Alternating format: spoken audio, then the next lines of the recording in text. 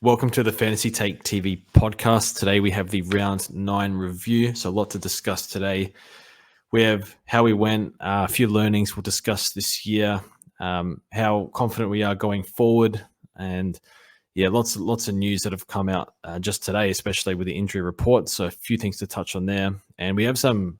We'll go through upgrade targets and rookies as usual. Lots of discounted players to jump on, or some high-priced players I'm thinking about, but I've fallen for that trap before. Just me and JD today. I was busy, but JD, how was your week and how'd you go?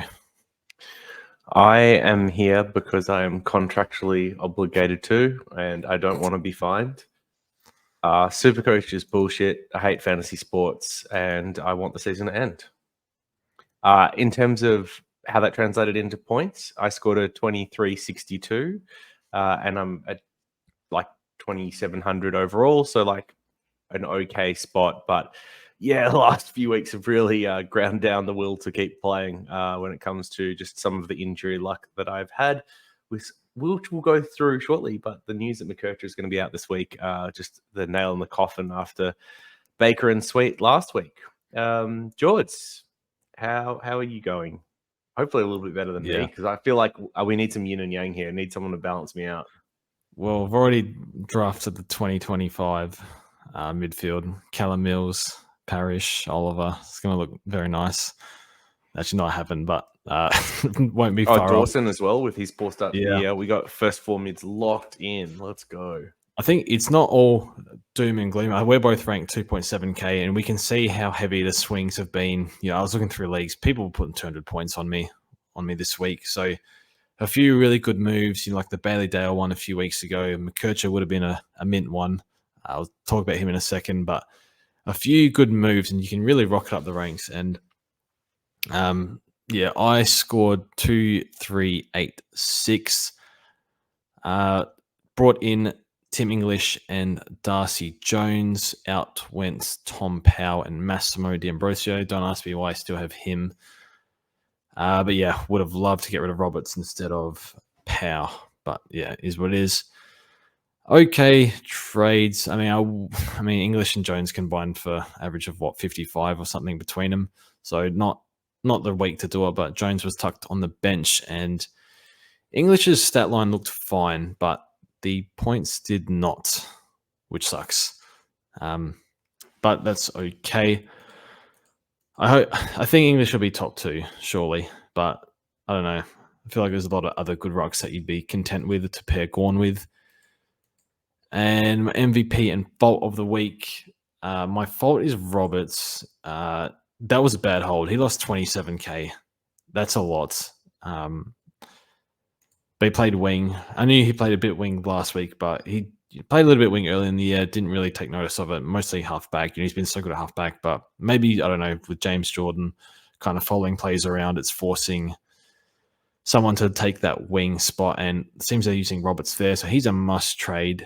And MVP of the week, I gave it to Will Powell's foul mouth for letting Sexton come back into the team. So that is, I'll tell you what, I needed that very badly, because I was going to fill a Darcy Jones for 2 weeks, and that is not acceptable if you want to have a competitive rank, I think. Unless Jones put out 70s, but we knew that from his VFL numbers that he could drop 30s. But that was pretty good for me. Your MVP and fault of the week? Yeah, I didn't cover trades as well. So I also made the mistake of trading Powell over Roberts, and I traded out Zach Williams and Yo as well. So a couple of forced trades there. And then with Phillips in and Powell's role being stuffed around, jumped off ship there and brought in Oliver, McKercher and English. And I think McKercher top scored of the 3 of those, which is now great that of course he's injured. So that, Oliver and English both gave me 87s, but as you said, I thought their roles looked good in both cases, probably a little bit unlucky with the ratios, and I think they'll be season-long keepers pending, obviously, injuries. And then, McKercher I was really happy with, both for the points on field and the cash that he's going to make, but now a bit of a tricky situation with him missing at least 1. And if he misses 2 with the bye, that actually ends up being 3. So a bit of a tough decision on what to do with him. All right, MVP. Let's give it to Zach Butters. I don't think I've given Zach Butters an MVP of the year. 147 for him, and pleasure to own, pleasure to watch. And with Rosie out, some extra points going his way. And I don't think he's as much of a tag threat or tag risk now with Horn Francis in the side, which is pretty handy. And then fault of the week.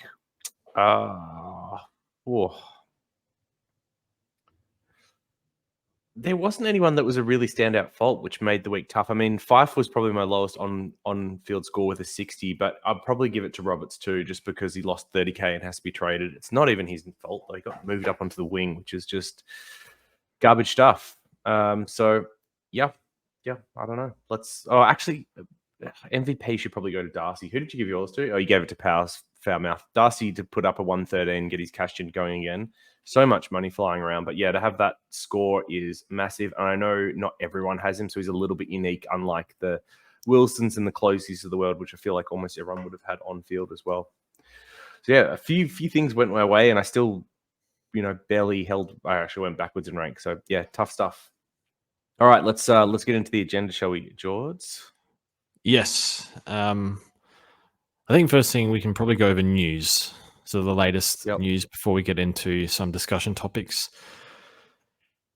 So from Adelaide all the way down to West Coast or Bulldogs, whoever's last there, but nothing from Adelaide or Brisbane really. A few ACLs for Brisbane, which is unfortunate, but Chera is out for 3 to 4 with a hammy. Maybe that's good for Walsh's scoring, maybe, but Walsh is looking good at the moment. Bytel is out with a concussion, was a sub, so a bit of a shuffle going on with Collingwood bringing in so many rookies. So whether they all hold or not, I'm not too sure, but that can be discussed when we discuss rookies at the end of the video. So Jamie Elliott is out for a minimum of 1 month with I think it said vascular issue. And Howe, who was playing forward, is out with a groin for 2 to 3. So you would think that can only help Joe. I think it's Joe Richards. Mm-hmm. Yep. Essendon, Ridley is a test. Yep. May I ask, what changes could we see in the defense of Essendon with Ridley in?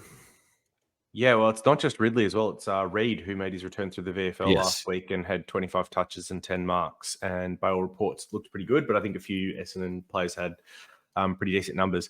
Yeah, so the one that makes sense to replace for Reid would be Laverty. So you could see Laverty coming out and Reid coming in if they're happy to play him after one game. The Ridley one's a little bit more confusing. It's not obvious to me who they'd move out because the defense as a whole has been pretty good. Like someone like Jake Kelly would make sense to me maybe, and maybe shuffle someone else a little bit more up onto the wing to kind of play that Kelly role where he rotates back in defense. I just can't see Brad Scott doing it because he seems to really like Jake Kelly and what he does. So I'm not actually sure what the Ridley return would be and whether they bring him in straight away or actually return him through the VFL. We're probably in a spot where they could return him through the VFL, especially given the matchup. So yeah, we'll see. Sam Draper is out for 6 to 8. A few people jumped on Goldstein in other formats. I guess not really relevant to Supercoach because he's 370K. Could we see Nick Bryan potentially come in? I don't think so because the forward line, I think, is working well without the second ruck in there. And Nick Bryan isn't exactly a good forward. So I think they may just persist with the single ruck line for now. Yeah, could be wrong on that, but I think it's less likely, more than likely that he comes in. I do think though there's a good chance that if Peter Wright or Harry Jones goes down, that he could come in. Yep. Will Powell, we know he's been suspended. Happened last week, but he's due to come back after the bye. So if you do fortunate enough to hold Sexton, you would think that only helps him until the bye. Sicily is a test. Marty Hoare, if you have him, I do. His job security was already in the mud with, I think Salem's the test and Bowie's back, but he's out for 4 to 6 with a calf. Braden George is out for 1 to 2 weeks, or he's got another 1-2 weeks with a shoulder issue for North. Now, he played a bit of halfback in preseason, so we can see with Colby going out of the side, at least for this week, we'll get to that in a second. He could be one that plays in defense, but I'm not too sure how his VFL form is or anything. But yeah, has been injured, so one to keep an eye on. And yeah, Colby came out today, said it's not too serious on AFL 360 tonight and is out for round 10. Said hopefully see how we go for after that. Not a lot of confidence, but I think it's a bone. He said stress in the bone on the top of his foot. I think it's a bit of guesswork on the timeline. I am in other formats. I have him. I'm not going to hold for at least this week and see if a timeline is released. But yeah, when he says not too serious, I think it's a good chance to be back after the bye, but we don't know. Joe Simpkins a test. Rosie is a test. Ivan Soldo's 2 to 3, which means they have 3 weeks to the bye. So a good chance to, you would think they just give him to the bye. Liam Baker is a test listed as soreness. Ari Schoenmaker, who... Yeah, hold on. Have you ever heard of a player getting a corky on the captain's run and missing a week? Does this not ring like this is conspiracy theory, tinfoil hat, pop it on? Does this not read like one of those like positive drug tests and they've pulled him from the squad? Well, he has bought a house in WA and sounds like he's out of contract and maybe they're just, I was trying to find news on his injury on Twitter today, and it was just like West Coast supporters talk about how they're in the lead to secure his contract this year. I don't know, maybe he's already adjusting to the lifestyle. Maybe. Soreness is a bit of a weird one, just soreness, no specifics. Well, it was a cork, because what they said, he had a cork last week. But like he wasn't on the injury list and was named in the team on Thursday. So on Friday, which would have to be the captain's run, right? He's magically got this corky. I don't know. Tinfoil hat off. Let's keep going. Yo is listed as a test. Says he was pain-free, I think, last week. And McGovern it says TBC, has like a rib issue, was subbed out. I can't remember if he was subbed out, but stopped playing around halftime. So they had already used the sub, so I think he just sat for the rest of the game. Yep. So we don't have a clear timeline on that. So that's the latest news. A lot of really significant ones, like if you held Rosie, McKerch is probably the big one and whatnot. And then, yeah, the implications for Collingwood rookies as well with a few injuries there. So a few big ones there. We'll move on. And I think, this year, we can talk about how we're tracking and are we confident in a strong finish. I think SuperCoach or fantasy in general, if you're going well, you're loving it, you're really enjoying the game. If you're not doing well, it's hard to enjoy. And that was pretty much me last year. Pretty much had my team drafted in July for next year. But I think we're both sort of middling around the 2.7K range. So don't know where we're at really. And still a bit of hope I can do well for me personally, but I'm not super optimistic when I see others with less rookies on the field. But my first question to you is, how are you tracking and are you confident in a strong finish? No. Last fortnight has sucked all enjoyment out of the game for me. So I'm not even in a space to answer those questions. Thankfully, a week is a long time in footy, as they say, and it's also a long time in SuperCoach. And I think maybe that's like part of the issue, being too reactive to 1 week's worth of data at some points throughout this year. So let's just see how the buys go. What's that? That's about the next 5-6 weeks. And I think have a pretty good view by the end of that of where we're at. Yeah, the buys will be interesting. I think we're pretty well all prepared for the buys with, we got the two relevant Port and Freo teams with the easy buy, which will help us cover for the rest of the year and whatnot. And we have all these trades to flip players if we need to. So I think it'll be interesting to see if we can make up a lot of ground in the buys. I feel like I am well prepared for the buys, so which is unusual for me, but see how we go. I think there's a few opportunities out there with really nice fixtures. You look at Brisbane have a cake run. Adelaide have a really nice run. Freo, for Luke Ryan specifically, has a really nice run, although he's already had the best one in against Richmond. So there's a few opportunities out there where I think we might be able to capitalize on them. Captains as well. I think it looks like Dacos in sort of perma-captain territory with his CBAs in the 80s now, and he looks really good, whereas he looked a little bit off. So I do like him and having him in the captaincy plans every week. So there's a few things we can do here, and there's a few cheapies as well, like a Fisher we can talk about. So I think things can change pretty quickly, and some trades can be 200-300 point swings over like a month, as we've seen. So moving on, just by the way, on Dacos, just one thing I want to say. I don't know if you remember, but early on, first month, I was banging on about how he doesn't look right and how he's not like attacking packs of the ball. He's not tackling. He was averaging something like 1 to 2 tackles a game through that first 4 or 5 weeks, I want to say. Since the bye, he's gone 4, 4, 7, 7 tackles. So whatever that issue was, it was holding him back. It feels like it's gone, and that definitely does look like we've got Dacos back.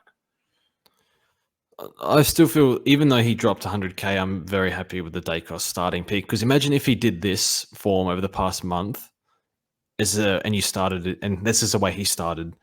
Yep. You've been pulling your hair out trying to figure out what to do. Given he was underpriced of what he could do as well, I guess if he was like 700k, I guess you can like forgive if he went on that sort of run. But yeah, we saw what he could do with mid time. So yeah, interesting. I mean, the big question was like, he'll get tagged by Finn McGuinness. So like, don't start him, wait for that tag game, and then pick him up after his bye. Now, my call was he wouldn't get tagged, and he didn't get tagged through any of those games. He just had a complete stinker against St Kilda, which is just very unfortunate. Anyway, let's keep going. Learnings from this year. I think I learned a lot this year. Maybe I have more to learn, because probably not as good as just fantasy in general as you are. But I think for me, learning to get rookies off as soon as possible. I think two things I did wrong. So I knew paying up for players is bad. I paid up because I like the fixtures, and that was probably a mistake, because I paid up for Rao. That's been pathetic. And then I paid up for Merritt, who has West Coast and North, so hopefully he repays the faith. But that money could have gone to getting rookies off. I kind of knew that, but I was a bit stubborn. Really wanted players. And then I have blown all my boosts as well. And I sort of knew, like, I feel like last year everyone blew them early and didn't really have any repercussions. Whereas this year I sort of blew them all early. And now I've had 250k to 300k sitting in my bank for about 3-4 weeks straight, and I haven't been able to cash it in. So I feel like if I had that boost, I'd have one less rookie on the field. So don't trade, don't use all your boosts early, I guess, is one of my major learnings this year. And also, I think this is an age-old one, but holding premiums would have been nice. Traded a lot of good ones, and it didn't look. I felt like a lot of them wouldn't turn it around, and they pretty much all did. Even the ones I doubted, like Dawson at the start, he turned it around. So I think the plan for next year is, if premiums underperform, even if it looks like they're not, they might have like a small issue or something. I think unless there's a really, really good reason to get rid of them, I think you just wait for the turnaround, because it's happened with a lot of players. Maybe a few it hasn't, like maybe LDU. Even LDU's improved a little bit, but hasn't really gone back to last year's form. But even then, he's still like averaging not far off Tom Green with the injury game. But yeah, holding is good. Getting rookies off is good. Maybe I'll tattoo that on my forehead next year or something. But any learnings for you this year? I mean, yeah, holds gold and value comes through all the time. I think like I'm just waiting a little bit, because the biggest blunder I feel like I made was probably round 8, where I boosted out Steele, Marshall, and Cadman for Merritt, Baker, and Sweet. And so there were a couple of moves or decisions in there. So one was trading out Steele, believing he's injured, and it sounds like he's injured based on the reports this week, and not wanting to deal with that slow death that we've seen with him last year and also other premiums. Now, I knew trading him out, he was going into 2 soft fixtures, and he's performed well in both of those. So I'm still like wondering whether or not that was a good or a bad move, and maybe the next few weeks will give some insight into whether that was the case. And the Marshall one was trading him out because, I mean, he was going to lose cash, but it was more just around getting Sweet's points on field, like getting an 80 or 90, and it would allow me to get a rookie off field, and hopefully get extra points that way. And especially with Marshall probably not looking like he was going to be a top 2 ruck, was probably going to be gone in English. Now, that has obviously backfired as well over the last couple of weeks, with Marshall going really well and Sweet missing with injury. So I'm still wondering, was that a good move or not? And just looking at the points, obviously it was strictly bad this year, but was the process that led to the trade good? Would I do it again next year? So those are probably the 2 things I've been weighing up the most. And the wound is still fresh, so I feel like I can't really judge whether or not they've been good trades or bad trades. But yeah, I definitely think we're still optimizing how we use boosts, because when I tend to look at mine and I've boosted out premiums, it seems to have haunted me in some regard. So I do wonder whether we still haven't exactly cracked the code on using them properly. With that said, it could just be that when you boost players out, you've got 6 players involved rather than 4. And so those trades are always 50% more likely to have some type of disaster just because of pure volume of players. So anyway, that's what I'm reflecting on, is just that definitely some wasted trades last year trying to be aggressive and value-based. And just reflecting on whether the process was good and the results were bad, or whether it was just bad process as well, because that's what needs to be adjusted for next year. Yeah, I think even you've seen a few premiums, a few issues go wrong, maybe a little bit of CBA drop, maybe a little injury niggle, and they just play through it, or they just get CBAs go back up and wonder why we even traded them in the first place. But maybe just hold your nerve and hope things come good. I think it might be better to hope players come good, even if you don't think they will, because at least that way you're still getting rookies off. But yeah, and that's what I tend to do. In fantasy, I've got LDU massively underperformed all year, but I haven't really thought about trading him at all. He's at least playing. So I'll just hold him until the buys, then fix him up then. And I probably should have done the same in SuperCoach. It's just hard because you got the boosts, because you can still upgrade and then fix those problems as well. But it seems like trying to fix those problems can create more problems. Tough stuff. Yep. I think, for me, especially lots of learnings and things to take into next year. Both of us. Pay up for the top guys, George. How many times did I tell you this year, don't do it? Oh, Merritt, they got soft runs, so better repay me. But yeah, I know it hasn't worked super great this year, but is what is. Well, Luke Ryan, we need to speak about in a second. So we'll go through some upgrade targets. I got defenders here, so I've got listed 5 defenders who are under, or 4 of them are under 530k, and then one is 666k. Luke Ryan. So I want your thoughts on this. Now, you are an owner. Yeah. If you follow me on Twitter, you would know that I'm not an owner. Really? I hadn't heard that before. Well, the one man, the Peroxide Prince, has single-handedly robbed you of any enjoyment of football this year, and in fact, every Freo game. I'm surprised that you're surprised, because we spent most of last year talking about how disgusting Luke Ryan was in that role. It's just filthy player doing filthy things. And then coming out this year, he was doing that, but then also he was getting 12 kick-ins a game, which was 5 or 6 kick-ins more than what he was getting last year. So I jumped on him. I traded out. I boosted out Young and Martin to get on him very early, and I've been, I guess, a happy owner ever since. Not the most impactful football role, at least not every week, but he loves to kick long, very efficient doing that. And they want every ball basically to go through the back line. Not only that, the only other player they've been using in Jordan Clark has now started drawing defensive attention. So it's just extra Luke Ryan ball. It's pretty filthy, to be honest. Pretty filthy. And the biggest concern I think we had on him last year was the year before. I want to say he'd had ongoing back issues, which was hampering performance. And that seems to just all be gone. It hasn't really occurred. So, yeah. I appreciate that you are not loving this Luke Ryan banter, but he's 131 average, not predictable. And I also don't think it stays this high for the rest of the year. I do think it will regress from here. Now, I was always planning to get him, but the problem is he went 200, which I should have seen coming against Richmond. But then he's got Saints and Collingwood, who are the next 2 highest players that give up. And I need a defender, and he has the best buy. I have so much money in the bank as well, so it doesn't really hold to anything. Then get him. So you'd be comfortable getting him for that price? I think just with the next two fixtures, the buy, he's still top 6 the rest of the year, even though he's overpriced. Like, as long as you appreciate that you're paying probably like, more than what he's worth for the rest of the year, that's fine. Probably 40k overs. Yeah, maybe more. Okay, well, I'm going to get him, and he's going to go well. I'm going to captain him, and it's all going to be beautiful. It better be. Anyway. Yeah, excellent. Some discounted guys. Any interest in Hayden Young, 528k? Terrible tog again, poor score, but has been quite good for most of the year. Any interest in Hayden Young? It's a very nice price. I think I would be very interested if a single injury happened to that Freo midfield. Any of Fife, Sarong, or Brayshaw were to miss for a period of time, and I'd be super keen on Hayden Young. But he just dropped that 65 on the week, just gone.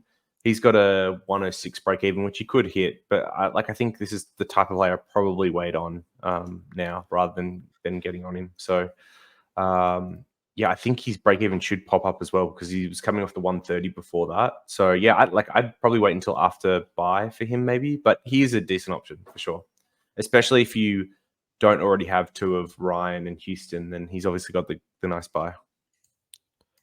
Yep. Lockie Whitfield has just been tagged twice. Yep. 514k. Also has James Jordan in about 5 weeks. So keep that in mind. I personally would wait until after his buy because he's the early one. But I think that's fine if you want to bring him in for that price. Mm-hmm. Just be prepared for the James Jordan game and potential attention. So what do you think of Lockie? Yeah. So round 15, which is when that would be, that's the last buy round, is it not? Yes. So, I mean, there's a chance he doesn't count in your best 18, depending on how well you're set up for that buy. So, like, really, him dropping a poor score then isn't necessarily the end of the world. And the other thing we've kind of talked about is whether you get to a 23rd premium. And I think there are some teams that could be in the spot by that round where they actually have the extra premium. And so, I wouldn't worry about it too much. I think if you like him after his buy in a couple of weeks, I'd be interested in jumping on. I think he's in that D6 to 10 range, which I think is okay if you want him in your team. Yeah. The only other thing I'd flag is they've still got to play the Hawks, and if for whatever reason Finn starts tagging halfbacks again, then I'd probably be more careful. I think they've given up on it. I haven't really seen it this year. They do. Yep. Finn's played better in other roles, so yeah. Tom Stewart is 500k. Any other year would be all over that. Is it any different this year? No, I'm definitely still interested in Stewart at 500k. I mean, I think after this week, I've exhausted most of the cheap options. So if I'm struggling to get upgrades done, Stewart's towards the top of the list. But of course, I think having Holmes and some of those other guys go back in there have hurt him a bit. And we do have those other cheap options in Young and Whitfield. So that's probably the other thing I'd be just weighing up or considering, as well as buy round considerations, because I think he is the round 14 buy, which is shared with like Nick Martin. It's the Gold Coast guys. I don't know. Defense, it should be okay, actually. So we'll see. Worth noting here is Gold Coast this week. We've seen a few defenders go big on the Gold Coast the past few weeks in Zorko and Fisher. And also has Richmond in 3 weeks who leaked interceptors. So might be not a bad one this week. Nasai Wangan and Miller. Now they've put Sinclair in the midfield. Now, if Sinclair stays in the midfield, so he's had like 60 and 70% CBAs the past 2 weeks, something around that. I think Nas can do 100 plus, and his post buy is 8 of 9 at Marvel. Is Marvel good for him? Yes. Okay. Well, probably. It was good for the Saints last year, right? Like I think a lot of them had good at home anyway. Always at home. So, any interest in Nas? It's actually a pretty good shout, but I hadn't really thought about it because this is what we saw last year. Once he was kind of like given more of the opportunity last year, he performed pretty well. And now that Sinclair's found a bit of form in the midfield, Nas has had a pretty good couple of weeks. But I am also cautious of the fact that they've come against North and the Hawks, which aren't exactly tough matchups. So There's, I think, a small interest in him, but it feels quite risky. And I'm also conscious of the fact that his break even is like, you got to go, well, you don't have to go, but like going this week would make sense. Bit of a tough one. I still think I'd have him below some of these other ones that feel like a little bit more proven, but I wouldn't be surprised if he went on a hot streak over the back end of the year and had like a 110 stretch for a period of time. If we were told Sinclair was playing mid for the rest of the year, I would jump on. I just don't know. I feel like he's like in the 90s with Sinclair back there. Yeah. That's the defenders. We can move on to the midfielders. There's a few discounted guys. There's a few guys that are like, we'll speak about Merritt and Dunkley in a second, but they're 630k. Obviously, Merritt's fixture the next two is North, and I want to say Richmond, the Dreamtime game. Yep. And Dunkley's about to play Richmond, and Brisbane about to go in on a few teams, I think, if I can just get their fixture. Yeah, they need wins and percentage. So they've got Richmond, Hawks, Bulldogs, Saints, Port as like their next 5. So yeah, Richmond, Hawks, Bulldogs, Saints is the next 4 is very nice. I think especially Richmond, watching their midfield, a lot of them are quite slight and get pushed around very easily. I feel like Dunkley's just going to do that all game, basically. So you're a Merritt owner, and neither of us have Dunkley. If you didn't have either, would you be paying this price for them this week? Would you be happy with that? The Brisbane line one's really hard because like you've got the early buy, and I'd rather get them in after the early buy, but with the Richmond Hawks fixture in the next 2, I feel like you've got to get on them now if you want to. So maybe this question comes down to what do your buys look like? Because I think most people in the mids will only have either green or LDU currently. Some people might have both, and that locks them out. But for everyone else, I think you probably could get on a Dunkley. And then Merritt has the round 14 buy, which is with Gold Coast and Melbourne are the 2 relevant ones that come to top of my head. So if you are someone that has like Rao, Noah Anderson, Oliver, those types, is Walsh that buy as well? Then I think Merritt might be harder. So I would probably start to buy plan if you're picking between those 2 and want to bring them in. For whatever reason, I just get the feeling that Merritt's not going to absolutely slay these bad teams, going to share it around a bit. So I'm actually a little bit worried in that regard, and I kind of like Dunkley just because I feel like the Lions need to win, and he's always been a stats sheet stuffer.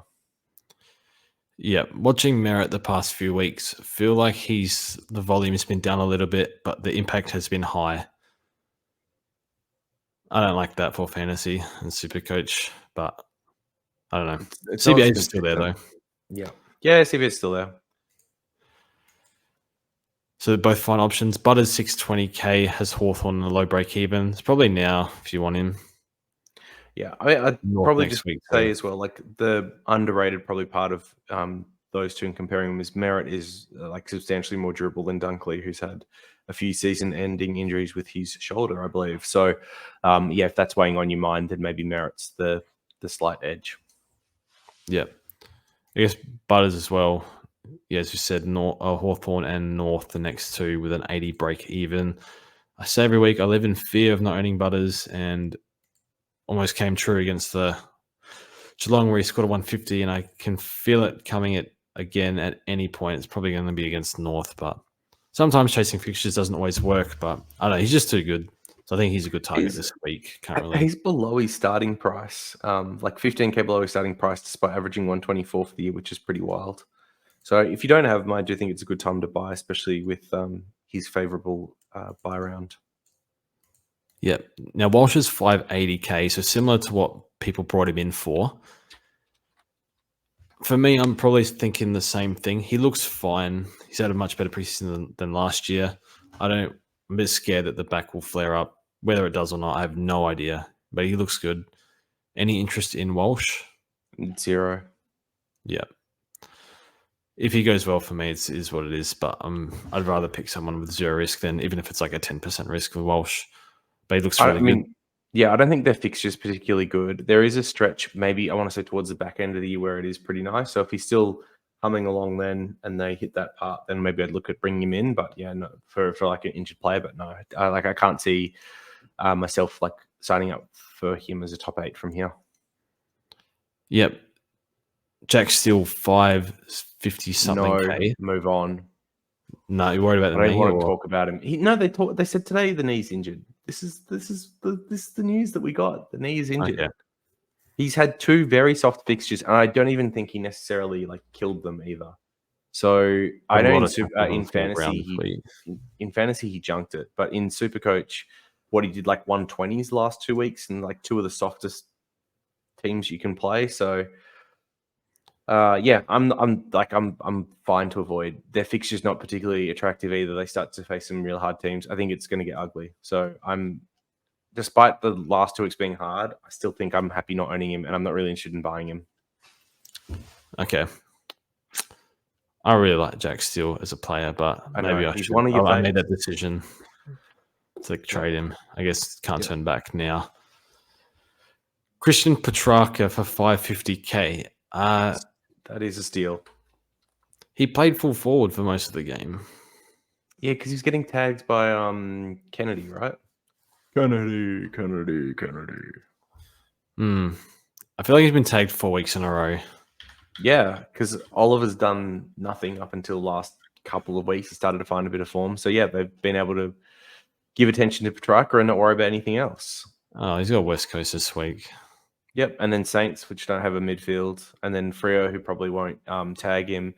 Then Collingwood, who won't tag him, and then North, who he'll cream. Goodness. So the fixture's not that bad for the old Cristiano. Yeah. What's his break even? It is 88. So not bad. I mean, he should make that pretty easy against West Coast, I'd imagine. But it's someone that you could jump on potentially next week. Are you targeting him next week? I think it's going to be very hard for you, right? Because you've got Merritt, Oliver, and Raul already, and so he'd share the same buy as those 3. I've only got Merritt and Oliver, so I do have a midfield spot to upgrade, so he's on the list for sure of players I'd be keen to jump on. But it could be a defender next week as well, like one of those Stewart types, which is also really cheap. So I'll be looking at both those options. Yep, I've got Merritt and Raul. I don't have Oliver, so I've got space.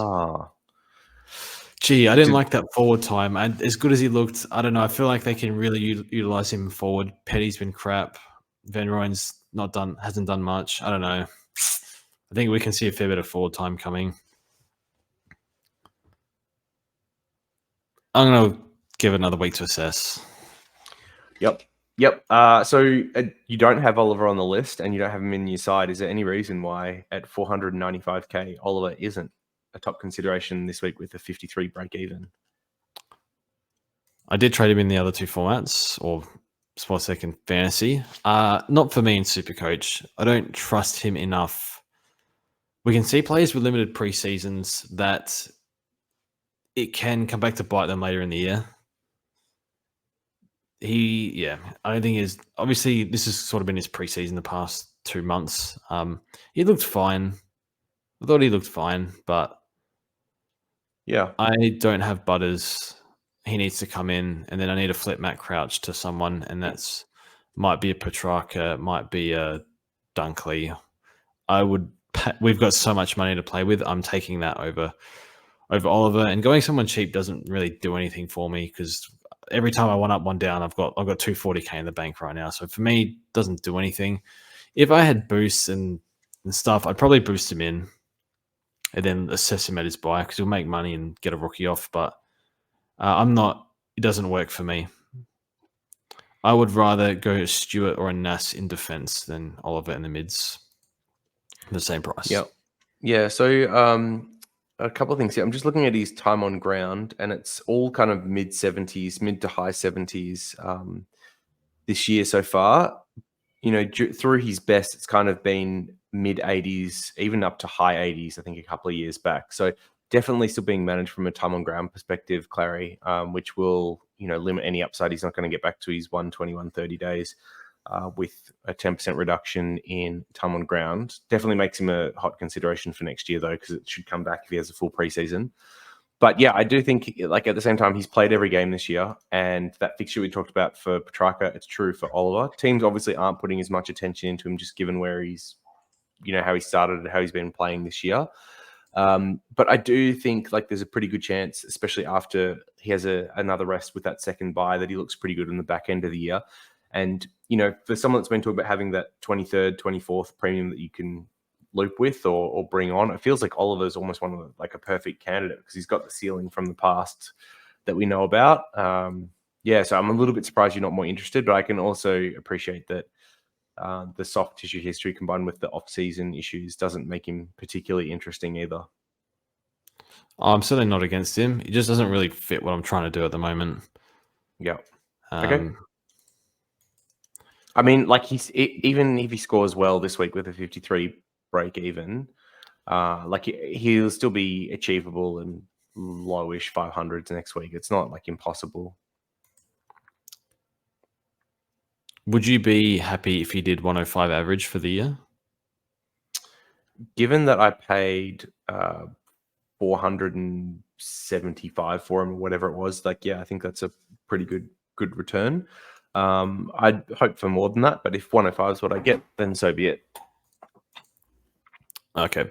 Move on to the forwards. Now, one of the biggest trade-ins this week is Dane Zorko.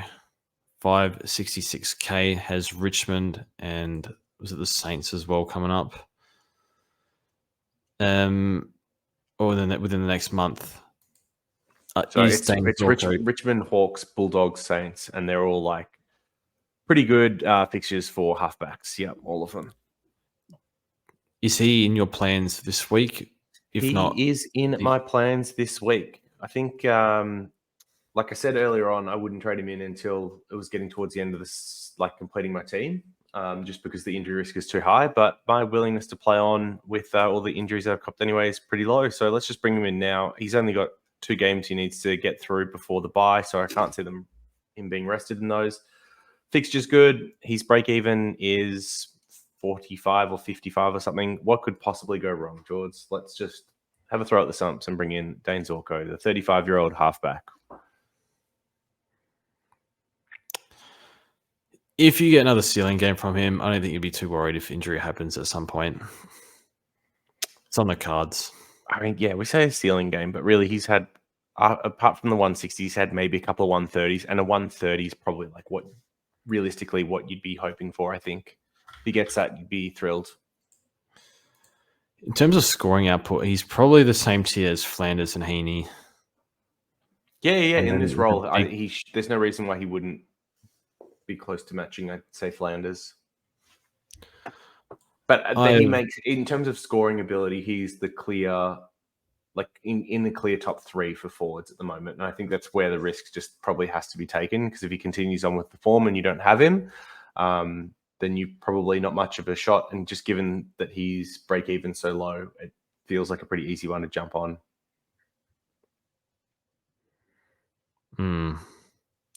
Not in your plans this week. He's definitely not our type of pick. Like, do not get me wrong. It's weird. It's a very testing year with durability risks. I've held pretty strong for most of the year. My team's pretty durable. Although I've had to endure Whitfield asking for hospital handballs 3 times a game. Other than that, it's been not too bad. I think this is one where the risk reward is there because of forwards and whatnot, fixture price. I would be okay doing it. That being said, I can't see him playing a full year. Although he probably will, because that's how the game works. Moving on to the next one. Isaac Rankin probably starting to consolidate as probably at worst top 8 forward. A bit of mid-time, looks really good. Crows fixture is very nice, as we said before. Just read it out. It is Collingwood, West Coast, Hawthorn, Richmond next 4. And then after that, another 2 at Adelaide Oval. So lots of Adelaide Oval games this year for Rankin or coming up. It seems like 4 teams have the same fixture where they play like Hawks and Richmond back to back. It's really strange. Well, anyway. But Rankin looked really good on the weekend. He's just like a bloody good football player, let's be honest. And if the Crows are finding ways to get him involved, it's great. And like he hasn't gone below 85 since round 3, I want to say. So his floor has actually been pretty decent for the last couple of months. So yeah, I like him as an option. I think I'd have him as a top 6 forward from here. So for whatever reason, if you already had Zorko, Heaney, and Flanders, I think bringing in Rankin could definitely do worse. Yeah, his clearance numbers are quite good for someone that doesn't get a lot of CBAs, which is encouraging. Yeah, I'm looking at him next week. I think I've put priority on Luke Ryan this week. I don't know. I haven't been sure with ranking because there are games where he just doesn't accumulate, but he's such a high impact player. Like this week, he had 24 touches against the Lions. Before that, 11, 17, and 12. So I do feel like floor games can happen, but even with these low disposal games, he's still scoring all right because he's kicking bags of goals. So he's really fun to watch, and I feel like he will be in our plans. Well, I think if you want him, it's probably now or next week, or if you got him at 450 a while ago, it's been a good trade in. So I'll look at him next week. I would be fine trading him in this week, but I probably expect like 95 from him for the year. Correct me if I'm wrong. Maybe one of the things that's helped him is like it feels like almost every Crows game over the last month has been close, is it not? So like you had Adelaide Brisbane was a draw, so there was scaling. Port against you was kind of close until you pulled away in the last. North kind of put up a little bit of a fight for a little while. I think you still smashed them by like 8 goals, so like lots of forward time. And then Essendon beat you by 3 points. You got over Carlton by 2 points. And I think that Melbourne Adelaide game was pretty close as well. So yeah, it feels like maybe some close game scaling has helped to impact a player like him. For sure, especially that Essendon game. I think he barely touched it before halftime, then finished on 80. Yeah, he had like a 50-point last quarter or something ridiculous. Yeah, that rings a bell. But yeah, I think he's in the mix of that next bracket after Heaney, Flanders, and Zorko. So yeah, with the fixture coming up, I would be fine trading him in, but I haven't been fully sold this year, but it's growing on me. Charlie Curnow, 490k, certainly not in a hurry to get him, but his fixture gets a little bit better after the bye. Is he one in your plans at some point? So I think I mentioned it a few weeks back, that if I was to pick up a key position forward this year, that Curnow is the one that I would target the most. So just like how he gets involved up around the ground and how they use him, and he's probably going to win, a third Coleman now. They have the toughest matchup for forwards in the Swans, I believe, this week, although he's done well against them in the past. But yeah, he's someone that I would consider to maybe finish my forward line around buys. So I'm almost kind of hoping that he has a poorer game this week just so he can drop a little bit more money, and then someone that we could aim to pick up or target. But yeah, I do like him as an option. Just looking at after the bye, there's 9 games here, and there's only 3 top 8 teams in Collingwood, Port, and GWS. Yeah. I was saying with Wasps, they have a reasonably nice fixture for a period on the run home. I think it's from like round 19 or something where they've got, I want to say it's like North, Richmond, Hawthorn, West Coast, Collingwood, something like that. Like it gets pretty friendly. Yeah. So I think he's one that you can consider for the run home. And even Mackay, if he gets cheap enough, like I think you could probably do the same, but I'd prefer Cano over the 2. Yeah. So that was round 16 onwards, that 3 top 8 teams. So he's one, we'll look at later. And finally, Zach Fisher. The Fisherman. I am not touching this. Straight into my side. Let's go. Oh, no. Zorko, Fisher in this week. Just give me all the risk. So Colby goes out. What does that mean? Sheasel goes probably back. Just probably goes into the midfield. Yep. Oh crap. That was a good trade out. Anyway, Sheasel is I don't know, listening to Sheasel on SEN a few weeks ago, seemed like he wanted to stay at halfback. He's like, not yet midfield, and then 2 weeks later, Clarko panics and puts him mid forward. I feel like he doesn't want to play forward and mid, to be honest. I have a feeling they keep him there, and I think they should. And then it's Colby comes back. It's probably Fisher, Colby, Cheezel back there again at some point. I'm just sort of guessing. Are you picking him as a keeper or like a maybe keeper? It's probably more like he's F7 to 10 type range at the moment. But I've also got Liam Baker. So look at me. I've got forward defense flexibility in my team now. So it kind of makes sense just to bring him in. Hopefully that opens something up for me.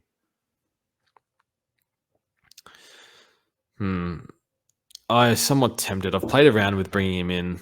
I'm going to say no. I think durability plus, I don't think he's a good footballer. Plus, don't know what Clarko's going to do for the rest of the year. But at least short term, I think the scoring will be there.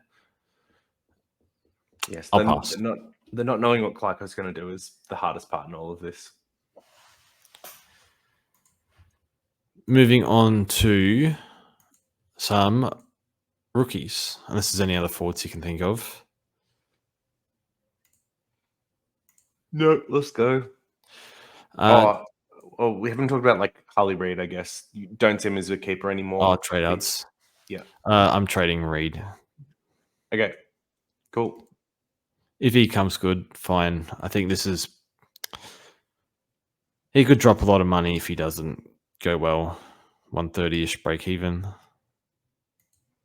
And I think we've got Rankin's sort of popped up. Moore's been not great this week, but previous month has been really good. Yeah. He played a season high CBAs last week for that score, but I do think Yo being out hurts him a lot. Like he needs someone else in there to help win ball and take attention away. Yeah, got to remember he's a kid as well. Didn't even have a full preseason, so it's hard to sustain. Rookies, I'm a little bit in the dark on rookies. Revel, I watched. I thought he was okay. Kind of just got the ball sort of everywhere. Mostly wing, 53% Tog. Does not fill me with any confidence whatsoever. Yeah, you can sort of kind of play anywhere for them at the moment. I think he'll keep playing because they've had so many injuries. I'm probably going to opt for Sullivan, but I think Revel's job security is better.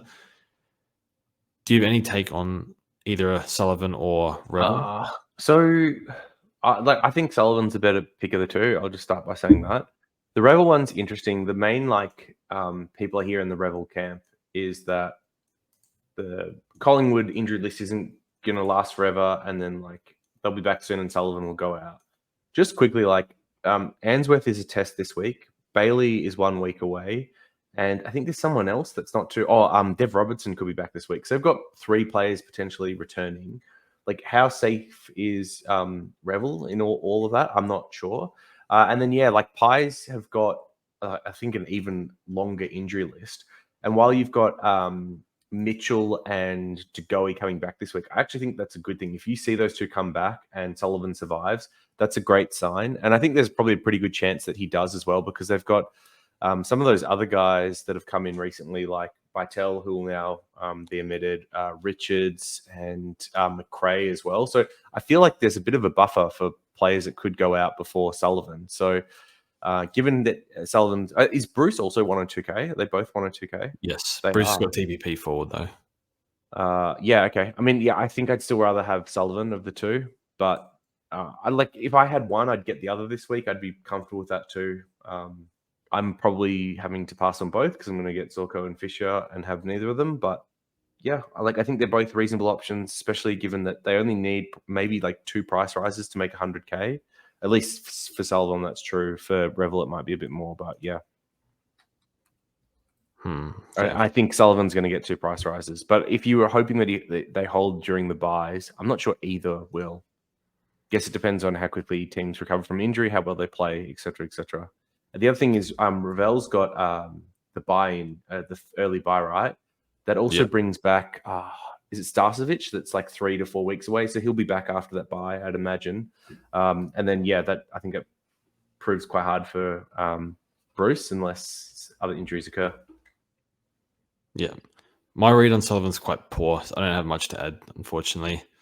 I think most people are at Mother's Day, so a lot of people would have missed that game. Joe Richards is one for potentially next week. Played really well, apparently. And with Elliott out for at least a month and Howe out for 2 to 3, you would think that helps him. So I sort of feel a bit more confident in Richards based on that purely. Mm-hmm. Mm-hmm. And then they had Finn McRae play like half forward and whatnot. So I mean, Sullivan only got 20% CBAs as well. So it wasn't like he got a massive amount. I think McRae had like 13, 14, 15%, something like that. So it was all like pretty similar. Yep. And then the other one is for next week is drafty Josh Frey. How do you spell it? Who? It's not Josh, is it? Frazier? Who are you talking about? Joel Frazier for Bulldogs. Oh, yeah. Scored 63. I didn't see this. I wouldn't have a clue where he played. Or I think potentially halfback or wing. One of the two. One for next week. wait till this week. Easy to pass off both with Richards and Fraser. Like, we can wait a week. So yeah. I believe he played like back pocket, Fraser. So I'm not sure who he was replacing. I was too busy watching Bont and English and like cursing Dale to pay attention to the rookies, which was bad of me. Yeah. Okay, well, no, we're not much use for here, so one for next week. Or let me just try and see who came out of the side. You had Karmas come out, that's right. Libba, Baker, and Charlie Clark. Yeah, I don't know. So, like, if he's holding Karmas out of the side, I think that's possible. He probably played well enough to do that. Even though I thought Karmas had been good up until this point, probably a little bit stiff to be dropped. Given they played Richmond, certainly one to wait a week on that. Yep. Yeah, they got GWS away, so tough game. That's pretty much it for this week. Interesting decisions with your trades. You're going Fisher, Zorko. So I'm going Roberts and Reed out for Fisher and Zorko. Yeah, see, I've got 1 mil to play with, and I'm going for Sullivan and Ryan when I could go like a Stewart plus a Nass or a Fisher plus Butters. Yeah. I was looking at something similar because my other option is like I could trade McCurcher out, but I think it's probably best just to hold him, given his break even in the role he was playing. Yeah. So my other options I was looking at was I think it was Rankin and Stewart or something like that over Fisher plus Zorko, but Zorko's break even and fixture and like bolted on top status, I kind of lean that way over the Rankin type. And my other option was going like Sullivan and Sarong and banking like another 300k this week. But I just feel like every week that I sit another 200 or 300k in the bank, I'm getting further behind those that have turned a rookie into a premium using that money. Yeah, I feel similar. So I'm gonna miss Sarong for a third week in a row, even though he's been in my trade plans like almost every week. It's really annoying. I think Strong probably comes back down. Probably. I think the Freya's picture is not the best from here, but like it's still very annoying. You would think Windhager does something with him this week. You'd think so. I believe so. I was having a look. Like Sarong's history against the Saints is not particularly good. So 70 round one last year, 86 and 64. I believe he was tagged. That was round one. Yeah, it was Windy that did it too. Was it someone else? I can't remember, but I do recall a tag. Yeah, so I feel like there's a chance that Sarong cops attention again this week, but St Kilda haven't really tagged at all this year. But I could see like Windy having an arm across stoppages type thing. So maybe if it's not a hard tag, some defensive attention put into him. And then let Fife and Steele go head to head. Yep. That's it from the podcast. Hopefully, do you want to do some captains, vice captains? You got anyone that you like? I got Puke Ryan into VC Ryan, and it's round 10. West Coast play last, so it's good for Livingston. Yep. I mean, you've got Hoare as well, right? Who's yeah. Take your pick. But I've got the Eon Zach Reed, which is not going to matter at all because Gold Coast play early. Can't leave Graham. I feel like I want the cap VC on the highest scoring player this week. I feel like that should be Ryan, but yeah, I don't know. I watched Hawthorn versus Saints last week. Scrimshaw scored 90, but I feel like he just gobbled everything up. I just feel like Ryan's going to do that to them. Yep. So there's just so many good options this week. Like you got your Dunkley or Zorko, I would be fine VCing. Dacos, even Dawson loves MCG. Big ground, more marks for him. I consider VCing either of them. I guess Gold Coast mid against Butters played on Jai Clark. Whichever Gold Coast mid plays on Jai Clark is going to go mad. Do you imagine Raoul or Jai Clark? Please, he always. Well, I need something from Raoul, which would be nice, but yeah, he'll get bullied. What are you thinking for VC? I'm thinking Ryan into, I guess, Merritt or Gorn. All right, so I actually think there's a small chance that Ryan like really underperforms this week, like even go sub ton. And the reason why is like, when does he get all the Freo ball? 2 places it's kick-ins, which I don't think there'll be as many against Tigers. And then secondly, it's when they when they're exiting defense and they get clogged long down the line one side, they'll switch through Ryan to the other side. And that's like the other place that I feel like he gets a lot of points, like switching the play, which Freo seem to do more so than other sides. And like, are Richmond going to have the spread to clog the wings to make them swap play through Ryan, or are they just going to disrespect it and go through anyway? So I think he should still be good. Don't get me wrong, but I think there's a small chance he actually like doesn't go as big as what we think he will. With that said, he is still wearing my vice captaincy at the moment, and then for the captain option, I'm weighing up all of Merritt against North, Butters against the Hawks, and Gorn against West Coast. I currently have it on Butters, but I'm not sure I trust him with the captain's armband, and I could see myself still moving it to Gorn. Yep. Nice. I'll either be Ryan into probably Ryan into Gorn, or Dacos into Ryan. Oh yeah. I see. I just don't think I trust Ryan with the C. So I do like Dacos as a vice captain option against the Crows. They feel like they've been giving up some decent points and they won't tag. But then yeah, I'd still be looking at either Butters or Gorn probably as a captain option. I don't think I could trust Ryan. I think Dunkley and Neil were pretty modest against the Crows last week. So yeah. Anyway, not from a fantasy perspective. Dunkley went huge, didn't he? No, I think a ton. No, I'm sure it was more than that. Didn't he go? Am I? Oh, he went 114 fantasy, like 89 SuperCoach. Yeah, it was junk at the end. Yeah, 38 DT last quarter, whatever. Not going crazy. All right. Anyway, that's it for the podcast. Anything else? I hope everyone that's been listening has gotten some value out of this advice and you've been dodging bullets better than we have. We like to hear success stories of the listeners. So if you are doing well, please let us know. And we'll see you next week. Whether or not I turn up now that I've met my contractual obligations may entirely depend on whether or not I can last 1 week without injury. So we'll see how we go. You are contracted and do as you're told. Thanks everyone for listening, and we'll see you next time.